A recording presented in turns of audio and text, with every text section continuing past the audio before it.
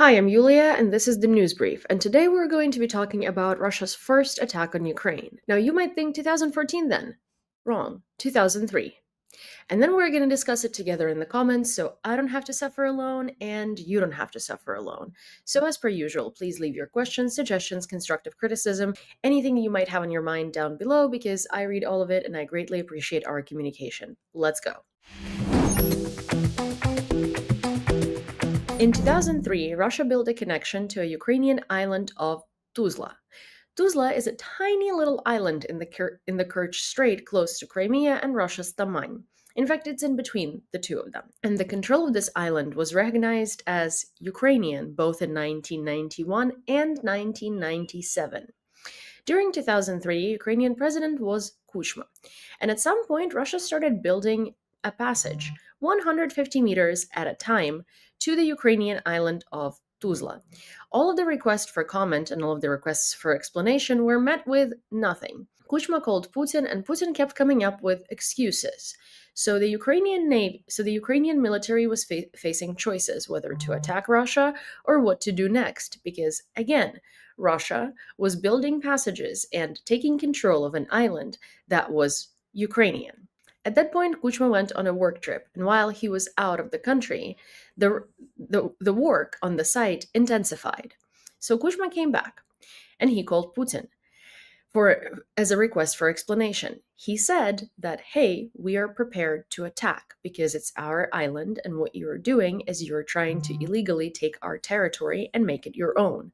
So the Ukrainian military was ready to defend, and the Ukrainian military was ready to shoot at the Russian military.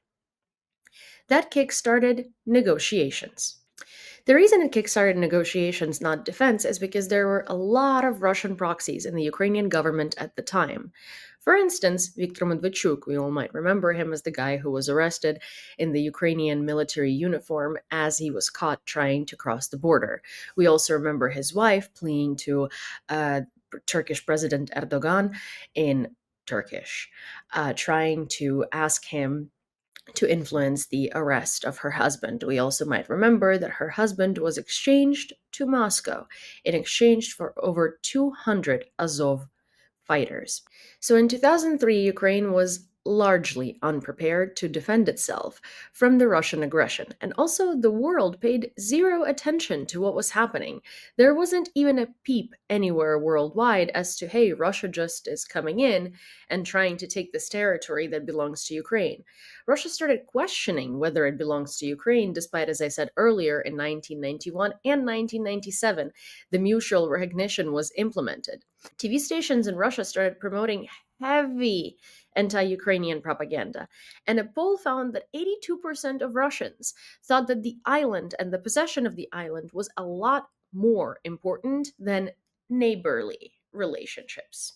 While Kuchma was trying to reach Putin and trying to sort of reach some sort of an agreement or speak, um, a Russian militant group traveled to the island and tried to force the local population to return to Mother Russia, of course, and to return to their roots and just move, obviously, to leave the territory for the Russians.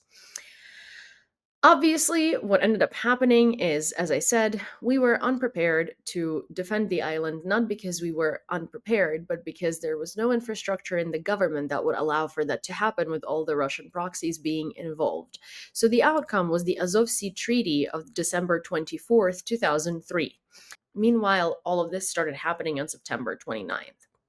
So it was negotiated in less than 2 months. And it was a clear Russian victory, despite the fact that Ukraine did retain control of the island. But this document had a very, very deep significance. It laid the groundwork for the future threats to Ukraine and the possibility of the invasion of Ukraine both in 2014 and 2022.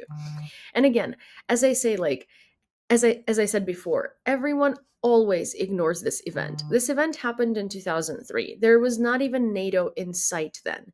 There was nothing in sight, and you can't use any of these usual and regular troll narratives to try and justify the invasion in 2014 or 2022 because again, this was 2003. And instead of attacking like Ukraine should have done, we negotiated the treaty. And this treaty was only good for Russia because again, it gave Russia access and an inside view into everything that's happening with the Ukrainian Navy. It also gave Russia a lot of control over Ukraine's shore. Here's how. The main clause basically made the Sea of Azov a shared sea between Russia and Ukraine, giving free passage to Russian naval ships without notification or without any sort of agreement with the Ukrainian side. It was basically Ukrainians and Russians who could use the Kerch Strait of Azov Sea with no notification, no problem. Visa-free regime. However, it did bar entry to foreign naval ships without approval from both sides. So Russia had to approve foreign naval ships as much as Ukraine did. And of course, you guessed it, NATO vessels were shut out. Basically, the conditions of this treaty enabled the Russian Navy to monitor all of the vessels traveling to and from Ukrainian ports of Azov Sea, and in turn greatly eased their attack on the Ukrainian Navy in 2018. It also allowed the Russian ships to sail close to the Ukrainian shore even after the war in Donbass and the annexation of Crimea in 2014. Because it created very favorable conditions for the subsequent 2022 occupation of the Azov Sea ports of Mariupol and Berdyansk, because Russia knew everything that was going on and Russia knew everything that was happening in that area. Russia had all the access and all the monitoring. And unfortunately, that agreement was never terminated. That agreement never ended because obviously Ukraine, in the eyes of the world, couldn't renege on this because it would look like Ukraine is the one indeed provoking problems, because obviously nobody would remember how Russia came to have shared access of Kerch Strait to begin with by attacking and deciding to just implement ownership in 2003 when no one reacted and no one had any problem with it. Also, the taking of the Tuzla Island in Ukraine gave Putin, not Russia, because Russia has already done a lot of really terrible stuff before that, but gave Putin the confidence to attack other neighbors. Like, for instance, 2008 in Georgia.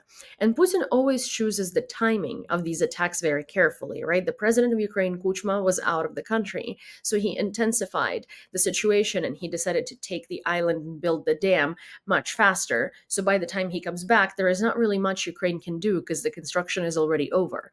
So he did the same thing in Georgia. He started the intervention in Georgia during the 2008 Olympics while the eyes of the world were focused on something completely different. And all of these events are tied together because all of these events help Putin gain more territory and exert more control over his neighbors. When he talks about peace, he doesn't talk about no military action. He doesn't talk about fair conditions. Adolf Hitler at some point tried to justify his invasion. He kept saying that he wants peace everywhere he went, right? And he kept saying if they just weren't resisting, they wouldn't have to be dying. So basically, if the people that he was invading were to just submit, there would be no war because he just wants peace. To him, peace is submission.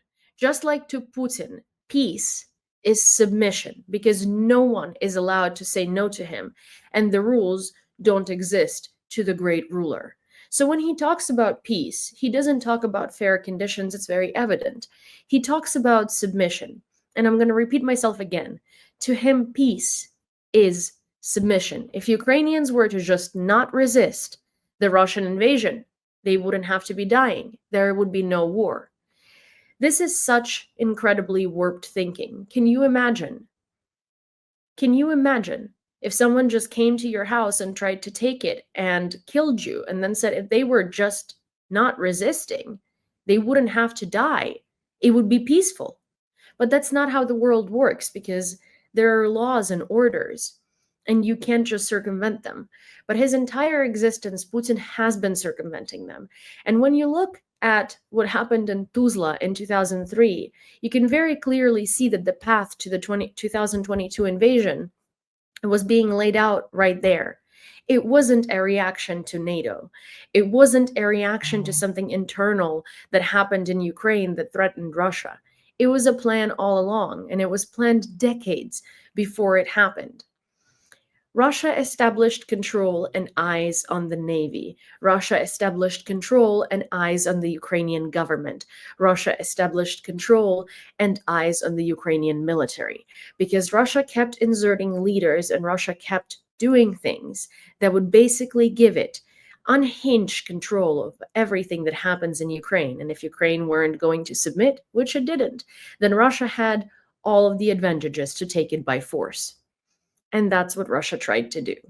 Subsequently, after the invasion of Crimea, there were Minsk agreements, Minsk I and Minsk II. Russia violated both of them. There were multiple ceasefires implemented after that only lasted for about a couple of seconds to about 30 minutes before Russia violated them as well.